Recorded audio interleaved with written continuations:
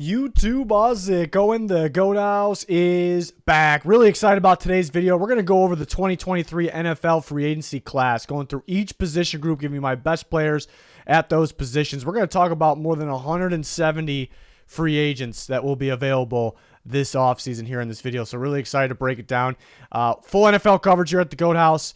Cannot wait for our playoff content starting next week. And we have offseason videos like this rolling out, recent mock drafts, and definitely more to come. So join us, like, subscribe, to notifications on. Make sure you follow us on Twitter. So link pinned in the comments for that. Very important. Live news, rumors, updates, always interacting with you guys on there. Our sponsors, there's links pinned in the comments for those as well. GLD Shop, Liquid IV, code GOAT on both those sites. Rocking that Chiefs chain from the GLD Shop. They have all NFL teams and more. Some sick jewelry, very affordable, especially with that code GOAT. Again, links that you're looking for pinned in the comment section. To the quarterbacks, going through each position group here. Quarterbacks of the 2023 free agency class. Feature some legit starters at the top, kind of rare. And high-end QB2s or maybe some QB1 competition as well. It's a pretty good quarterback class. Is it a great free agency class in general? I may have some different thoughts on that. We'll have my takeaways at the end. But Lamar Jackson leads the way here. When is a quarterback like that hit free agency, or when is he available in free agency? Well, he might not be. He may be, but probably not, I'd say. It's hard to imagine him away from the Ravens. I think worst case in their mind is they slap that franchise tag on him. And they could extend him before free agency, or they can put that franchise tag on him before free agency. So he may not be available, but about to be 26 years old. All the ages are what they're gonna be when free agency starts. So all the ages you see, and then you got old man Tom Brady, who's currently 45. If he continues to play, if he decides that he's going to continue to play, he will be a free agent and he will be available. Could go back to the Bucks. The Raiders seem like a very intriguing option. They could use a quarterback. They have Josh McDaniels in there as well. But somebody can get better with a 45, going to be 46-year-old man there at the quarterback position. And I do think he took a little bit of a step down this year, but he's still, for how old he is, he could still play. And I think he can go win a Super Bowl with the right team. I think he can go win a Super Bowl with him. Jimmy Garoppolo, who was having a very solid year coming off an injury before he got injured again, but yeah, having a very solid year to his career. And will he go back to the Niners? Do they go Lance or Purdy? I think they're more likely to go Lance and Purdy. Some people think they could take a look at Brady, possibly bring him in. Garoppolo, I think there's some sort of shot he can go back to the Niners, but I'd say most likely somewhere else. Take a look at a team like the Jets, some familiar faces with that coaching staff there, in need of a quarterback. They feel like they can win now if they have that quarterback. It makes a lot of sense. Geno Smith, 32. So, yeah, it's weird because we haven't seen Geno Smith be a starter really much outside of this year, but he's a little bit up there in age. Not that he can't play. He can definitely play. We saw him how he played this year. Very solid. I don't know if any other team will pay as much as the Seahawks. It's more likely he's back on the Seahawks. Do the Seahawks sniff around, see if there's a better option they can get? Do they trade for a guy like Derek Carr? That could be a better option. Maybe they just rather sign Geno Smith. I would hope they don't overpay there, but he was impressive this year. I just don't think you have to think about what other teams would do. Are other teams going to throw a bunch of money at him? It's a guy that would wait until free agency hits. I wouldn't throw an extension at him right now because I think you would overpay. Most likely they would probably overpay.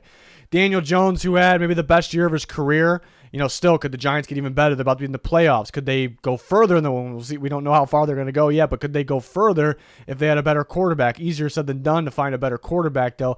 But you do have an opportunity here with some of these free agents. But Jones, first year in that system, looked pretty solid. He's only 25 years old. Could he continue to get better? It's a possibility. There's some talk about the Giants looking to extend him. I would wait until free agency. I wouldn't just jump right on it and give him that big contract right now, because you may overpay. Try to see if you can get better first, in my opinion. But a solid young option there. And Cooper Rush, who looked pretty good and won some games for the Cowboys when he had to fill in, could have some interest. Somebody can bring him in and then draft somebody, have them battle it out. Probably if it's an very early high draft pick, probably have that guy play. You have Gardner Minshew, whose stock might have fell a little bit by playing, believe it or not. Just sitting in that Eagle system. When we saw him last year, he looked pretty decent. When we saw him in the past, in general, he looked pretty decent. Only 26, learning from, again, Hurts and Steichen, that offense. probably had a pretty decent market, and he still might have a decent market, but he hasn't really played too well in the 2 games. And it's only, you can't base things off of 2 games, but honestly, it might have hurt him. People might have, more better thoughts, I guess. Better thoughts on him than before he played, maybe slightly. But only 26, has some experience under his belt and got to learn from that Eagles system. Darnold, who's playing decent right now, and is only 25. I think there'll be some interest. I'm not a huge Darnold guy, but I think there'll be some teams like, hey, we kind of liked him as a prospect. He's only going to be 25. Let's go give him a shot. They're not going to pay him big-time starter money, anything like that, but I think there'll be multiple teams showing interest. Like a Trubisky situation where there were teams in on him, and the Steelers got him pretty quick into free agency. I think it could be something like that. Not super expensive, but drawing some interest. Heineke has experience winning some games for the Commanders. Ends up getting benched, losing his job in and out, and going to be 30. But then some more options. You see Huntley, Mike White, Jacoby Brissett with some experience, Baker Mayfield, Andy Dalton, Drew Lock, and then Mason Rudolph. So you see there is a long list of some decent options. I think Lamar Jackson could be taken away from free agency before it even starts. So that weakens the class a little bit. Be led by Tom Brady. But some other starter options. So curious to see if the teams get their guys back here or not. That's what I'm really curious to see when it comes to these quarterbacks. Who's Tom Brady going to be playing for? I'd imagine Lamar Jackson playing for the Ravens. But running back class, there's some breakout stars, guys that were breakout stars this year and that can continue to play like stars. And there are some solid starters in there as well. But led by, I'd say, Saquon Barkley and Josh Jacobs. Both very young. Both we knew how good they were, but they really broke out this year. Really broke out. I think there's going to be a lot of teams interested. There's a lot of teams that Jacobs, because McDaniels comes in, a bit of a power scheme there, power running scheme. There's some teams that run that out there that would love to have a guy like Josh Jacobs. And it'd be interesting because the Raiders didn't pick up his option, but he played so well. But usually the Patriots way, McDaniels, Ziegler, is to not pay big money to running backs. That's just the way to go. And the running back was dominant this year, but they still didn't win the games they wanted to win. So I'm kind of leaning towards they stick to their philosophy there, even though Jacobs was so good and he can continue to even get better, which is scary. It's like, hey, he was so good, but we still didn't win much. Let's kind of just try to get the offense we want to have in there and focus on with the money elsewhere. So Jacobs could be available. And that would be, I think teams would be after him. And Saquon Barkley, some talk about the Giants extending Barkley. I have a rule. A lot of people have a rule of not paying running backs in general.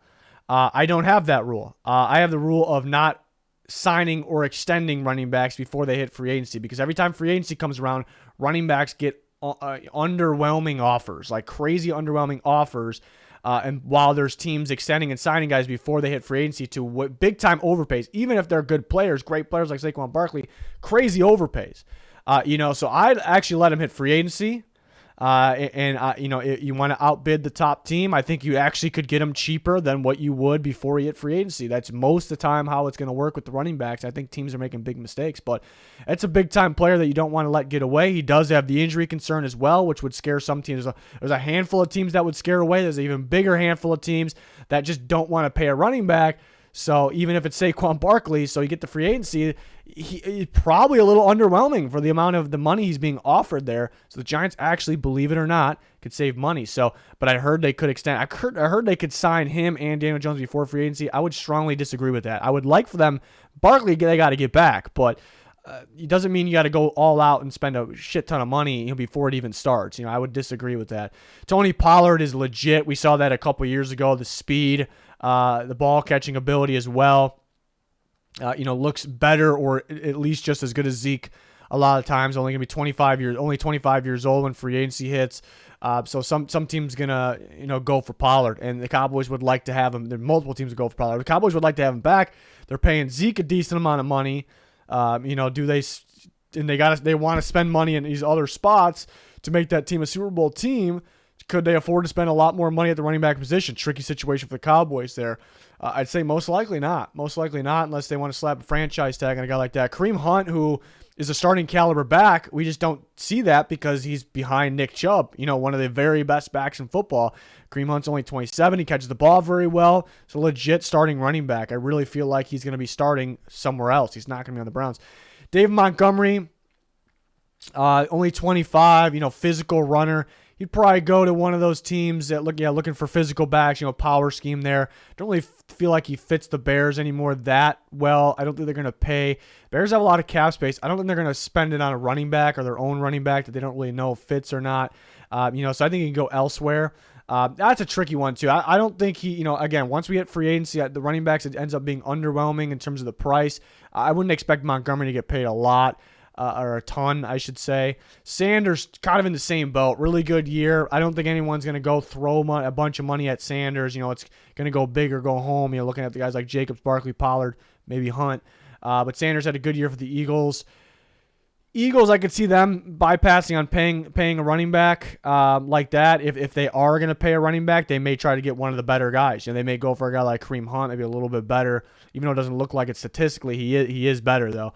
I can definitely see that. And then Damian Harris, who had a monster season last year, was a little beat up this year. Ramondre Stevenson kind of took his role a little bit there as well. But a solid back. Another one of those guys. I think Jacobs, Montgomery, and Harris, I think some of these teams that need a back and they like to run inside a bit, a lot of power scheme inside, scheme.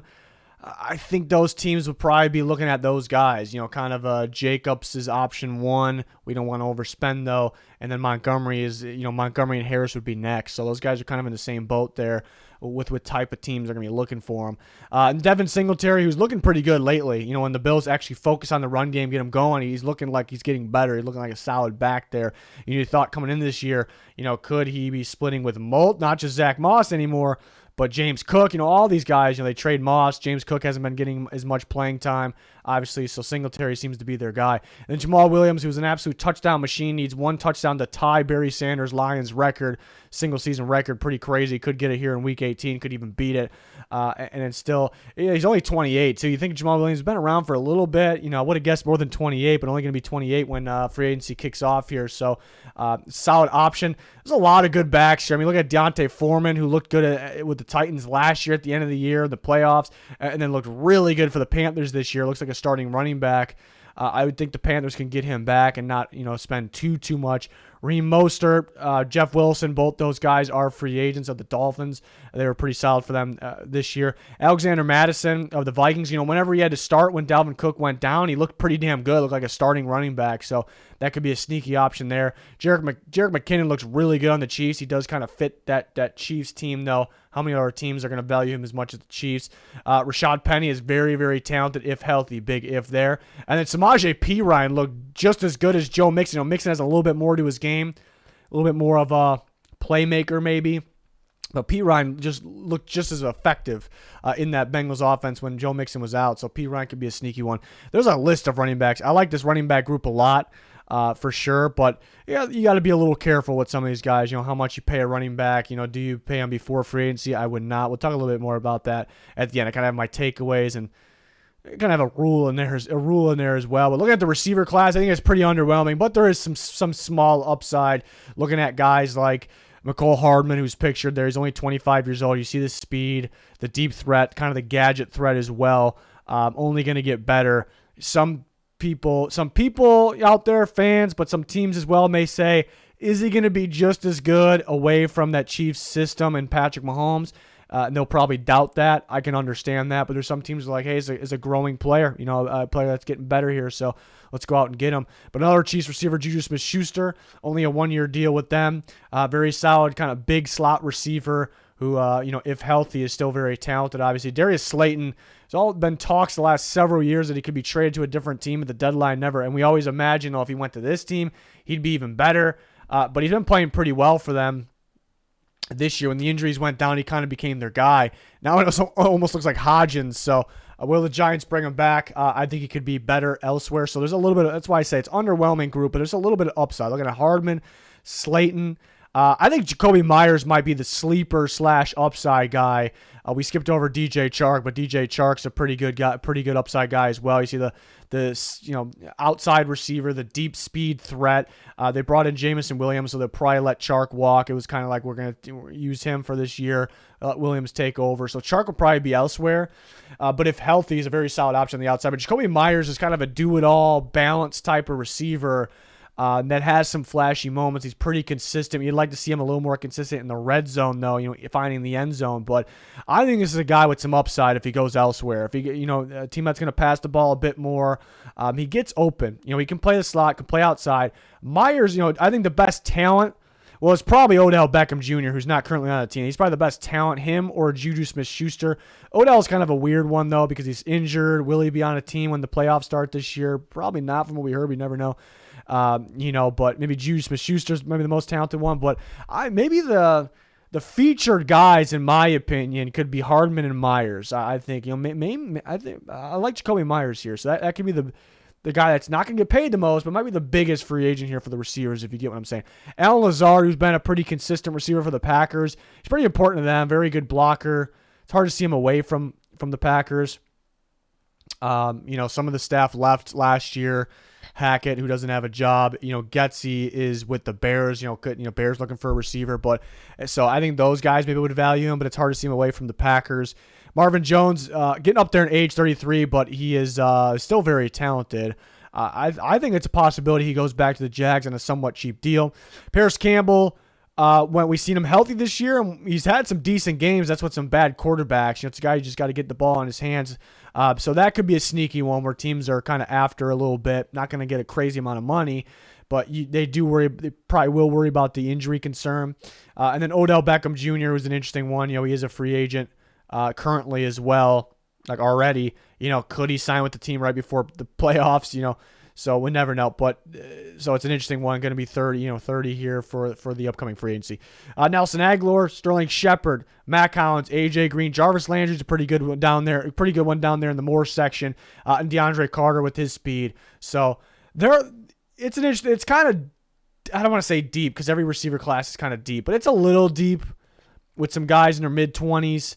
It is pretty underwhelming, though. You saw what was out there last year. Our team's going to be throwing money at these guys? Probably not. There's probably not a single guy where our team's going to be throwing a load of money, like a lengthy contract. So there are teams that need receivers out there. It's not the sexiest group here. And it's weird because the draft class is just kind of the same way. It's like there's a number of solid players, but it's not the sexiest draft class. Like usually we get both the free agency and the draft. So it's interesting. Definitely interesting this year. But some sleepers out there from that receiver group, I think led by a guy like Jacoby Myers. Tight end class, I think it's a little top heavy. I mean, mainly with Schultz. Mainly with him, but you could say Schultz and Gesicki. Maybe you can say Schultz, Gesicki, and Engram kind of, but it's a little top heavy because then it kind of really falls off. There are some upside options. I think the top guy is Dalton Schultz. He's the best guy. He's the guy with the most upside maybe.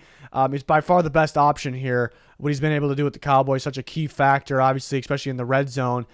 He should get a pretty good payday. He was franchise tagged last year, so could he get another one, but he should get a pretty decent payday there. But I'll look at another guy that really stands out to me in this class. We talked about receivers, like here's the best guys, but here's a guy that's not the best, but he really stands out to me.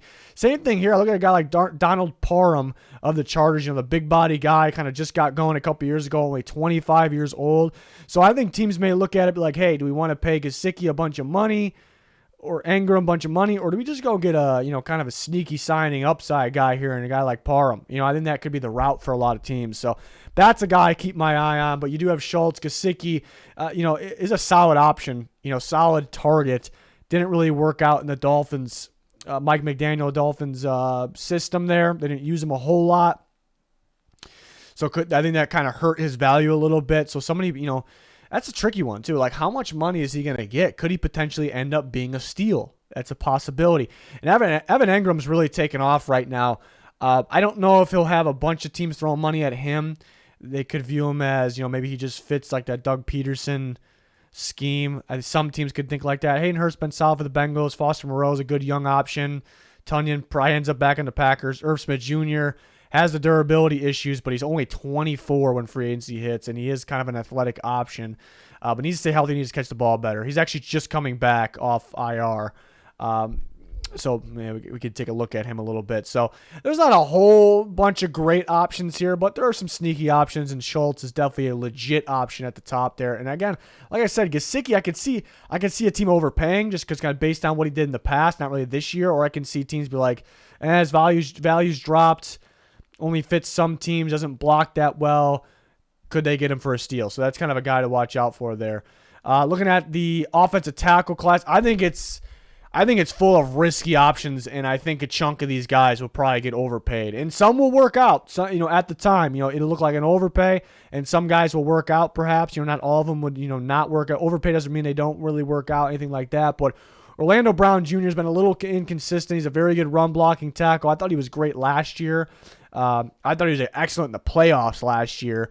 This year he's been a little underwhelming, maybe, but again, he could run block. But I expect some good play coming in the playoffs for the Chiefs there for Orlando Brown Jr. So he's 26. He's asking for, before he had to sign that franchise tag, was asking more than $20 million per year. That feels like a little bit much, but could get around there. By far the best option in the class. This might be a guy worth overpaying a little bit for. Sometimes you have to. That might be a guy worth it, but it is a little risky if you're going to give him that, because the market keeps going up. So if he's probably going to be asking like $22 million now, maybe something like that. So if you pay that, it is a little risky. Mike McGlinchey, who's a decent right tackle for the 49ers, good experience. Was injured last year, obviously. He's a little inconsistent because sometimes he looks legit, like I don't want to say one of the better, but kind of close to one of the better, the right tackles, and sometimes he's a little disappointing. But he's very solid. It's a solid tackle to hit free agency, but this is one of those guys where it's like, take him away from that Niners scheme. I don't think he's going to be as good. He can be solid still and an upgrade for a lot of teams because there's a shortage on tackles, but I don't think he'll be as good. So I could see a scenario where a team just throws a bag at him, where the Niners are like, God, we like him. We're not going to pay that. We think we can coach up somebody else. We can draft a guy or get somebody cheaper and coach him up to be just as good or close enough. And then McGlinchey goes to that team and maybe a little bit of overpay and just doesn't look nearly as good as he was on the Niners or to where that contract's at. I definitely can see that with McGlinchey. And then George Fant, who always been decent, a guy that would experience when he was on the Seahawks, but last year he kind of broke out and was solid with the Jets, and they were talking about an extension, and I was worried about an overpay, and I think he was asking for a bit too much. I think we saw that DJ Humphries contract, and everyone was kind of like, whoa, the market kind of changed a little bit. So the Jets did right not extending him because that would have been too much. So it's tricky to figure out what his value is at. 30 years old. I don't think it's as valuable at this time last year for him, but the market did go up, so maybe around the same price point. It's a little tricky for other teams, though. How good will he be? Because he kind of finally worked out with the Jets, and their offensive line's kind of coming together. They did have some injuries. So it's a risky one for other teams as well. It's risky for the Jets to overpay. Andre Dillard, who's actually was on the Eagles, so sorry about the Bengals there. All the other ones are right. So, yeah, Andre Dillard coming from the Eagles. Could he end up on the Bengals? That's definitely a possibility, but a guy that was a high draft pick from Washington State, really solid prospect. You like the footwork from him, and he's had to fill in because the Eagles have had some pretty damn solid tackles, but they've gone down, and he has to fill in. Looks pretty solid, and there's been talk about teams interested in trading from at the deadline because he's a pretty solid tackle. That's probably better than our guy with a lot of upside, cheap contract. So I think that's probably the guy of the class. That's kind of not the best guy, but the guy that's the most interesting there that a lot of teams could be going after, because he's not going to be as expensive as an Orlando Brown Jr. or a Mike McGlinchey, but he could be better. He could be better than one or two of those guys eventually. So he's only 27, and again, he plays for the Eagles. I apologize for saying Bengals. That's pissing me off right now, but yeah, I think that's an interesting, but it's risky at the same time. It's risky because he hasn't been a starter. You don't want to put a bust label on him, but he hasn't lived up to that first round pick, so kind of in a way a bust, so do teams really, I think there's going to be a lot of teams battling over him. Does that raise the price up? Does somebody overpay for a pretty risky one because he hasn't really been a starter, so that's tough. Caleb McGarry has been pretty underwhelming. I was surprised by that draft pick when they took him, but this year he's been pretty decent. The Falcons' offensive line in general it's been better. It was better this year, so a little surprising. I'd be careful with an overpay on this one. I'm still not sold on him. Falcons did something right with their scheme this year where I think they made players look better than what they are, which is surprising because it is the Falcons offense. But so I'd be very careful with overpaying him. Isaiah Wynn, young, experienced, but has struggled at times, and he's had some injuries as well. Could he be better as an interior guy? So a little risky to pay big to play tackle. Javon Taylor, I was high on him out of Florida. He's been a little underwhelming, but has that experience for only 25 years old. but you don't want to pay him a ton of money either because he's got to be better. Calvin Beachum, 33 years old. I'd imagine he doesn't get paid a ton, but he has experience, more experience than a lot of these guys here, pretty much all of them. And then Yosh Nijman, the Packers tackle, who's had to fill in, obviously, and got some good starts for injured guys. That could be a sneaky guy there as well. Andrew Wiley, right tackle for the Chiefs.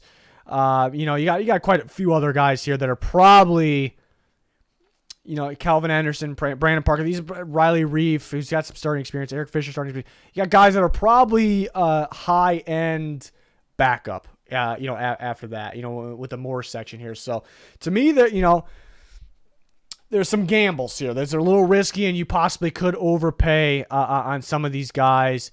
I think teams will probably be after Dillard. I do, but I worry about an overpay. I worry about the risk with that one. That's kind of a boom or bust type guy. And again, he plays for the Eagles currently, not the Bengals. Sorry about the graphic. Interior offensive line class, it's a thin group, and when you really look at it, it's probably going to get even smaller, even thinner there because you see a number of guys. Roger Saffold, 34. There's really no word about him retiring, but it could happen. Justin Pugh thought about retiring before this year. He got injured this year. I'd say maybe he retires. He's 32. Jason Kelsey, I feel like he's going to retire. There was a thought of it last year, but then he was like, no way, I'm retiring. But now I think it's a very strong possibility. They did draft Cam Jurgens for a reason. And then, if you want to throw Rodney Hudson in there, we haven't really seen much of him. He's not really reliable right now, but he could be done as well. So there are a number of guys that could be removed from this list by the time free agency starts. But there's a couple good young options I like Nate Davis, who's a very good run blocker of the Tennessee Titans, only 26 years old. He was kind of a raw prospect out of Charlotte as well. That's a pretty good option. There's no option here. Last year we had some good guards that got paid some good money. If you remember a couple of those guys, there's none of those guys. Nate Davis is going to get some decent money. He's probably the top option in my opinion. Dalton Reisner's right there as well, like a young option that could get better. But no one's gonna break the bank at all. Isaac Sumalo of the Eagles got the good experience with a good offensive line. Talked about some of the older guys. Ben Powers is kind of a sneaky option there from the Ravens. And you see some center options as well. Connor McGovern, Garrett Bradberry, didn't hit the 30 range yet. Posich has played well for the Browns this year. Brown had to fill in for the Lions. He's looked pretty solid. It's not the greatest group. Here, look at the guys last year that were signing right away. These teams are getting their starting guards, and they're looking like the offensive line's looking better. Lakin Thomas and guys like that looking better right away. We really don't have that. In this group. So it's a little underwhelming here. But Davis, Reisner, I think those guys kind of lead the way here. Sumalo maybe. But looking at the defense now, something good here. The interior defensive line class, I like. It's loaded, and you start to look at the nose tackles. Well, there's not a long list of nose tackles that are great in the NFL. It feels like half of them in the NFL are right here in free agency. So some legit nose tackles that also can play like a defensive tackle. You're not just going to line up with the center all day, So I like this group a lot. But not a nose tackle is Draymond Jones, who is more of a 3-4 end, defensive end, who can get after the quarterback. Had a monster year and was starting to kind of build up to this year. So you kind of felt it coming before this year. And he's only 26 when free agency hits.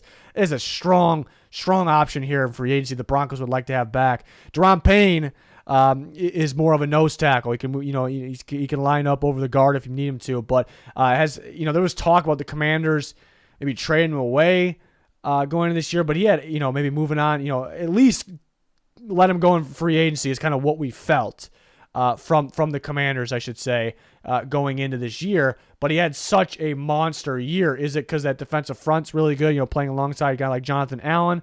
I mean, it helps a little bit, but he's been fantastic getting his hands on the ball, making big-time plays. The pass rush production he's had for a nose tackle, pretty impressive. Only 25 years old, and he's been pretty consistent too. So it's a strong option. Javon Hargrave, who also, he can play that nose tackle spot, can play the D tackle spot. Back-to-back years, very, very productive with the Philadelphia Eagles. Another group that kind of makes the interior guys better. But he was solid on the Steelers as well. So that's another very solid option. Dalvin Tomlinson of the Vikings, 29 years old. He was playing nose tackle for a bit when he's with the Giants. The Vikings kind of moved him around a bit since the 2 years they had him. But he's been really good for them. I think he's kind of carried that interior defensive front over there. He does a good job stopping the run, and he gets after the quarterback. That's another really good option. David Onyemata, defensive tackle from the Saints, who's been very good, very, very consistent the last few years. Poona Ford, another guy that can kind of play nose tackle or D tackle, 27 years old from the Seahawks. These are legit starters I'm going over right now.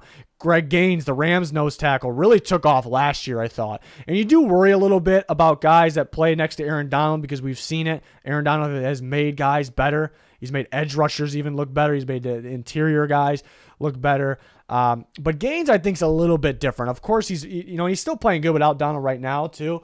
But, of course, he's probably better with Donald next to him. I mean, who wouldn't be? But there are other guys that I wasn't really thrilled with, and I thought they've looked better than with Aaron Donald. So to other teams signing him, like, But Gaines, I'm thrilled with. He looks legit. He's legit getting better. So I think somebody would get a pretty damn good young nose tackle with a guy like Greg Gaines. Sheldon Rankins, we've seen him play well on the Saints and the Jets, the defensive tackle position. Some injury concern there. Zach Allen really broke out this year. He's more of a 3-4 end. If he's not going to be, then he'd be a 4. Same with Draymond Jones. Like, I could see those guys playing 4-3 ends, which would make them edge rushers. I could kind of see it. I just really like them more at the 3-4 end position. So in that defense would be inside the outside linebacker who is the edge rusher in that type of defense. But Zach Allen of the Cardinals, opposite side of J.J. Watt, has played pretty well this year, which kind of surprised me a little bit. He's played pretty well, only 25 years old. I think the Cardinals, probably like to get him back, obviously. And more options, Fletcher Cox, I could see him back with the Eagles, a cheaper deal. Kind of made a weird contract with him last year. Chris Wormley, Matt Ioannidis, who's having a pretty good year with the Panthers. Ogunjobi took a step down this year, injury as well. A'Shawn Robinson, Jordan Phillips. There's the main guys who went over. I mean, these are legit starters.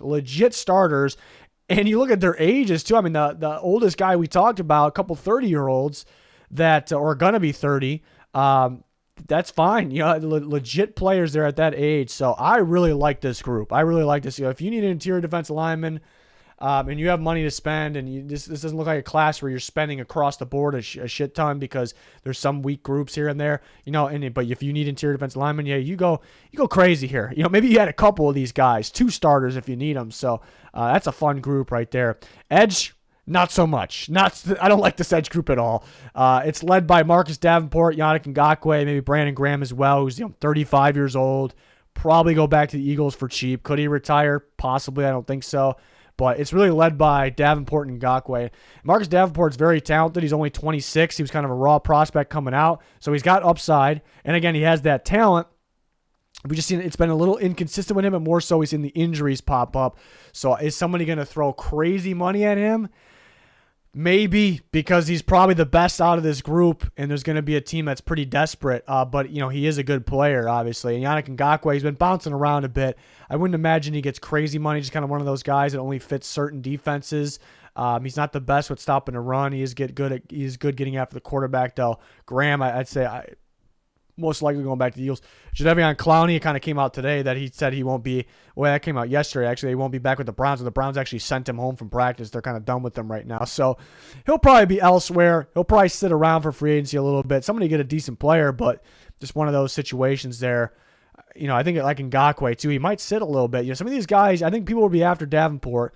Robert Quinn, monster year last year, getting up there in age, currently injured. Arden Key, sneaky one because he's young, has some upside. Lorenzo Carter, similar situation. Samson Ebukam has been pretty decent for the 49ers. Could be back with them for cheap. Justin Houston's actually having a monster year for a guy that's going to be 34. Probably will sit around in free agency a little bit, kind of those last second 1-year deals. Same thing for guys like Melvin Ingram, Carlos Dunlap. Dwayne Smoot, you could consider with the defensive lineman as well. Had some experience playing 4-3 end, which would put him in the edge. 3-4 end, which would put him in interior defensive lineman. I kind of like him as a 4-3 edge end, which is edge.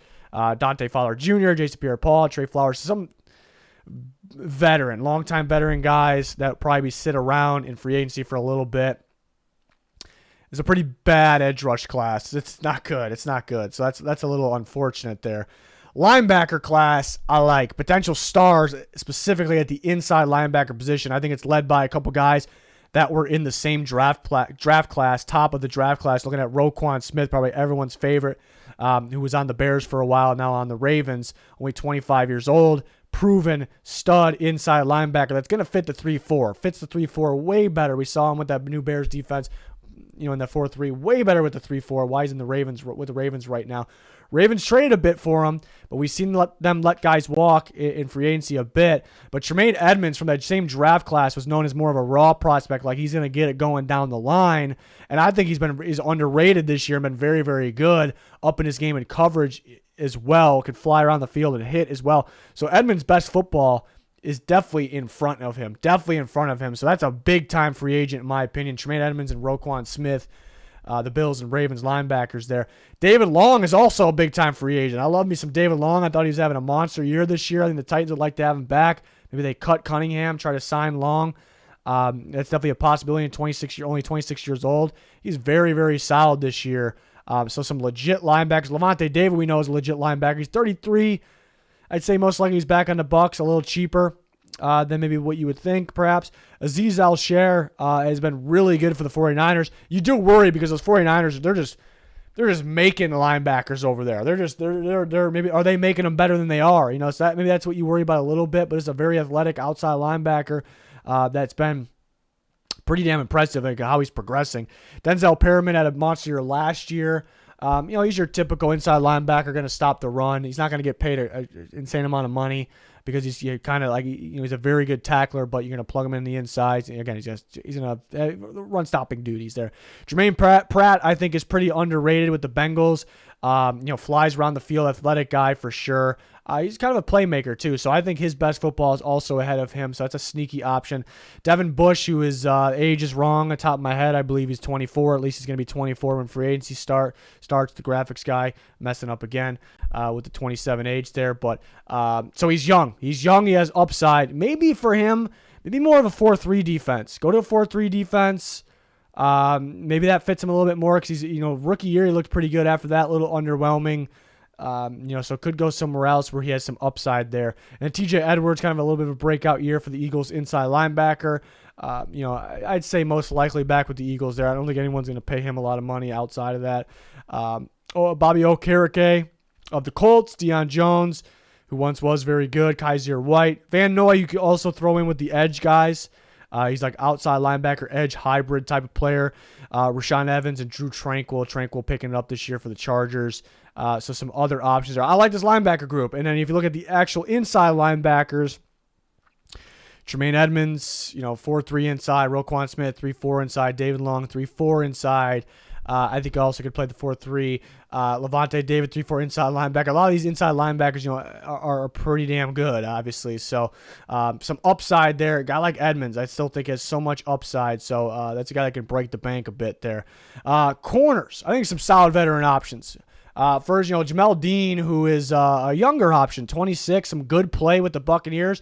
Even coming out of Auburn as a prospect, he had injury concern, and that's kind of still the case. So that's kind of what could keep him from getting an insane amount of money. But he should get a pretty decent payday. It's a pretty solid athletic corner, very good attacking the ball, could still get better. James Bradberry was very solid for the Giants. Now he's very solid for the Eagles. They only have him on that one-year deal, so somebody would be interested in him and having him as their starting corner for sure. So a top option. Jonathan Jones, who was one of the better slot corners in football for the Patriots for some time, they have him playing a bit of outside this year. He's been pretty solid doing it. Patriots, it almost feels like they have a rule, not just with running backs, but corners as well. We don't pay corners big money.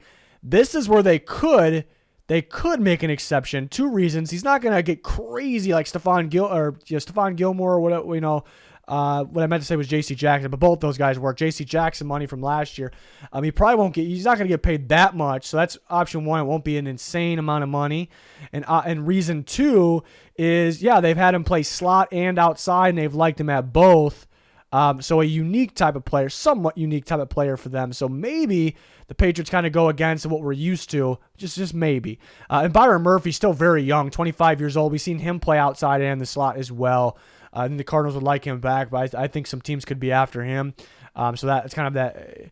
unique one of the class here. Marcus Peters is declining. He has the injury concern, but he's still a big-time playmaker and has that experience at age 30. Dane Jackson's getting more and more experience under his belt. Look at the last 2 years. The Bills like him a lot. They run a lot of that, cover two, shell coverage. So familiar with that zone coverage and, how to do it right too. There's some corners that can't figure it out. They kind of just stick in the flats. You kind of NFL coaches want you to ride with him a bit, almost play man, make it look like you're playing man at least.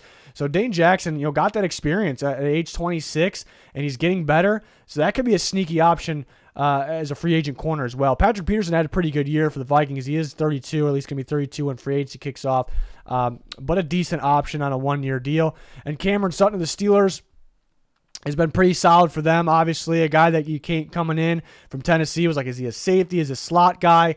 The Steelers kind of tinkered around with a little bit of all that, mainly in the slot, but playing outside corner at a pretty high level as well. Then Bradley Roby, a guy with some experience there at age 30 of the Saints. Rock Yassin is an option as well. He's got to stay healthy. Emmanuel Moses got to stay healthy as well. Troy Hill, Anthony Brown, Sean Murphy-Bunting, Amani Aruarie, Eli Apple. So all the corners, they some solid veteran options, and it's somewhat deep, so it's a decent group here. I think there's some unique guys. Talk about the guys that have played some slot corner and outside corner. Some young guys that are going to continue to get better, like a Dane Jackson perhaps.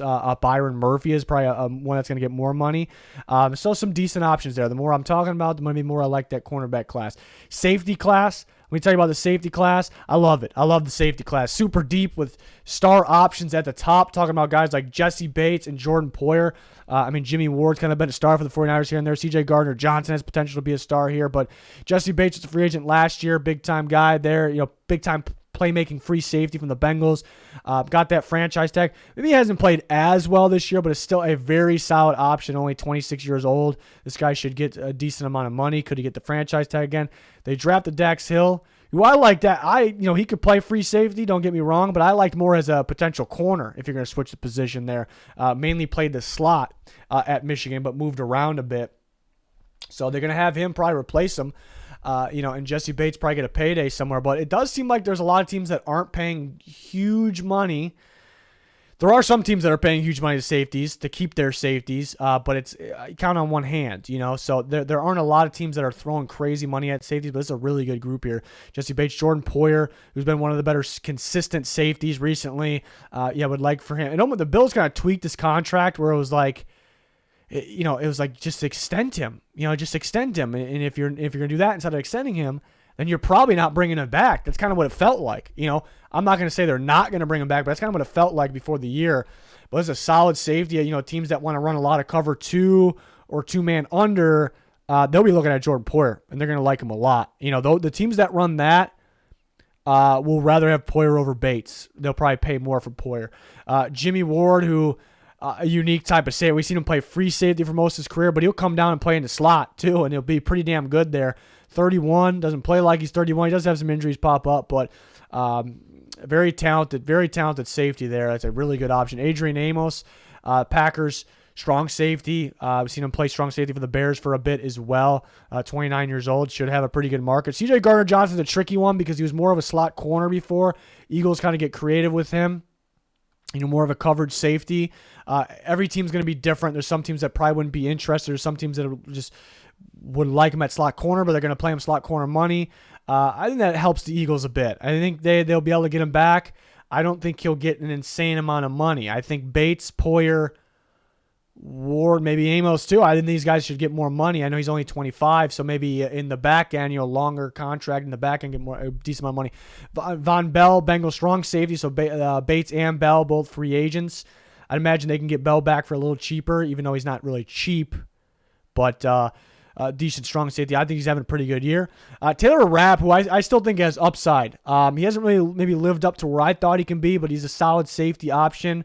The Rams really don't value their safeties. They kind of have the corners doing the work there. So I think he goes somewhere else that values him a bit. I think he has some upside there. So that's a sneaky option that I really like.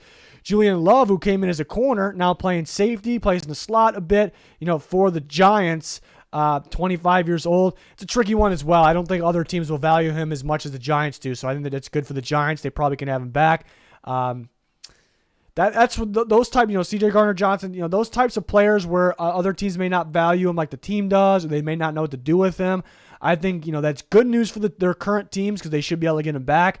But the scary news is when teams overpay. They're very easy to overpay for those types of guys. So I'd be careful with that. You don't have to overpay for those guys. And then Donovan Wilson, who's been good for the Cowboys. They're only 26. Is a solid. There's a really good safety option. Mike Edwards from the Bucks. Juan Thornhill from the Chiefs. Devin McCourty, I think, could retire. Duron Harmon played pretty well for the Raiders this year. And this year, Adderley, an upside playmaking free safety. LaMarcus Joyner. And there's more than just this, too. There's some good safeties. But you look at the top. Bates. Star potential. Jordan Poyer. Consistent star potential. Jimmy Ward kind of feels like a star sometimes, a unique safety. Adrian Amos plays like one of the best safeties in football at times. CJ Gardner-Johnson's great with the Eagles, can move him around a bit. Looks like a star for them at times, with his playmaking ability. So you got some legit star guys at the top with some very solid options. Again, I love the upside of Taylor Rapp. So that's a sneaky one there that I really like. So kind of going over my takeaways from this class. I think it's a rare QB class because usually good quarterbacks don't get. Remember when Kirk Cousins was a free agent, everyone was after him, and he got paid an insane amount of money. That was like so rare and so talked about because those types of quarterbacks don't get to free agency. And we got a few of them. I don't know if they're Kirk Cousins, but we got a few of them. We got a couple guys that are probably better than him, right now. But Lamar will probably be taken off the board, whether it's signing before free agency or a franchise tag. If he doesn't, holy shit, that's insane. It's a storyline. It's going to be crazy. Teams that need a quarterback are going to be shaken. They're going to be nervous. It's going to be insane, but he's probably going to get taken off the board. And it's still an interesting quarterback class, but just be prepared for that. Legit running backs. The more I talked about it, in this video, the more I like the running back class. Some legit options. I think possible overpays. That's easy to say when it comes to running backs. Don't extend running backs or extend/sign running backs before free agency. There's all those people that say you shouldn't pay running backs at all. Why are they saying it? They're looking at the running backs that got paid over the years that either haven't worked out or they're good, but they're still getting paid too much money where they can't sign other players and there's more valuable positions. What happened with those players? Their team signed/extended them before they hit free agency. They need to let them hit free agency because in free agency, there's a handful of teams, a load of teams that just will not pay running backs. And that shows, and teams don't offer up the crazy amount of money. So you will save money by letting them go to free agency. And if you want to be the top bidder, you can be the top bidder, and you still may have saved money. I'd say save money compared to extending them before free agency. And then if it's just too much money, then hey, it's too much money. Then you save money, and then you move on and you add pieces elsewhere. So I don't think the mistake is what a lot of people say, signing or paying running backs. I think it's signing them/overpaying them too early. Let them hit free agency. Best position groups, safety and defensive line for me. I'd actually throw running back. The more I was talking about the running back class, the more I thought, I already knew it was good. Like I kind of rose up on the cornerback class as well, but it's not one of the best position groups. It's not far off because there's some weak ones. But I'd say safety, defensive line, then probably running backs next.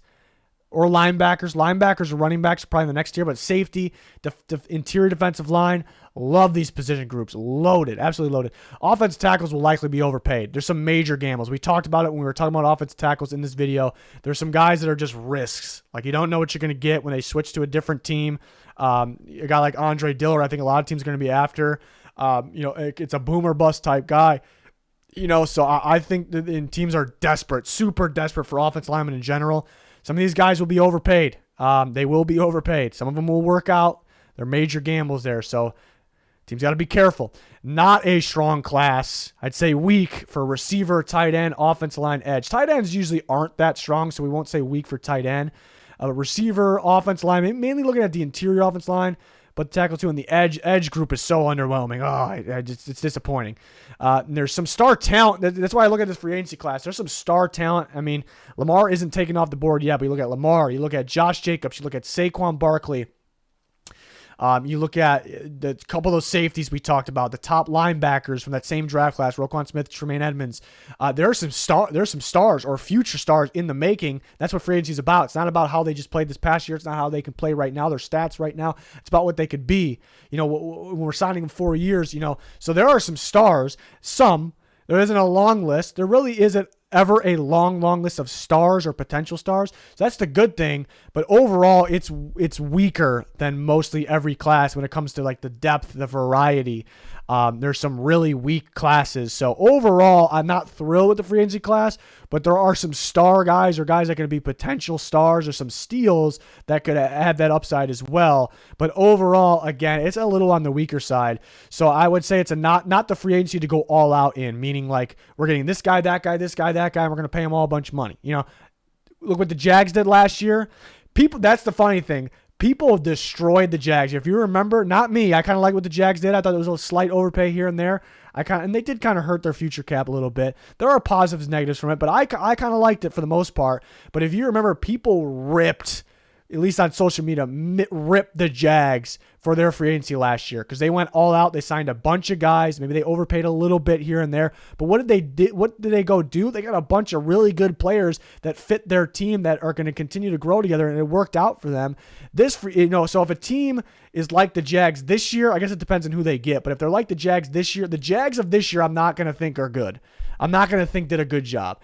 So my point is, it's a little different from last year's class to this year's. You don't want to be that team that gets all these guys and pays a lot of money, because you usually overpay a little bit when you do that. This isn't the class to do that. I guess technically it depends on who you get, but so kind of going back to it, people ripped, not me, but people ripped the Jags last year. They're really going to be ripping that team that does it this year. They're really going to be ripping it, and they might deserve it this year. I don't know if the Jags fully deserve it. I'm not surprised they got it last year. I don't know if they fully deserved it, though. I kind of liked what they did. And we always have the winners and losers of free agency. Everyone does. There's always a pretty good list. Like I always try to make like a top 5 or something. I end up going, man, this team did good. This team, no, I got like 8. I got 9, 10. I don't think we're going to have that this year. It's just kind of a prediction. I think there's going to be teams that are losers, teams that overpay in a weaker class, or overpay on running backs or tackles when it's maybe too soon before free agency. I think, and we're going to have teams that do absolutely nothing, maybe more than ever, because they're going to realize we don't like this class. We're going to like some guys though. We're not going to overpay for them though. There's going to be teams that just get their own guys back or maybe miss out on some of the, I don't think we're going to have a long list of teams that went crazy good. There's going to be teams that go crazy, but crazy good. It just feels like one of those. It's a prediction, but it feels like one of those classes. But, staying optimistic, positive, there are some star players in this class, and it's led by Lamar Jackson. It's going to be very interesting to see if he's taken off the board or not, but there are some star players we talked about throughout this video in this class. So that's what you get excited about. It's always fun when you watch, what different signings, different fits, how much they get paid, who got the steals, how your team got better, new players that you brought. It's always super fun to have this and the trades that go along with it. And then you got the draft afterwards. So hopefully you guys enjoyed this video. I really enjoyed making this one of my favorite one to do. It's a lot of work goes into it though. Graphics guy for the most part, there's a lot to go over in this one. So he did an okay job, but there was 2 mess ups, mainly one that I really did not like with the Andre Dillard there with when he said Bengals, so we're going to get after him about that. But overall, a good one here. Please like, subscribe, turn notifications on, join us for our NFL content. Much appreciated. That's going to do it for this one. Thanks for watching. Goodbye.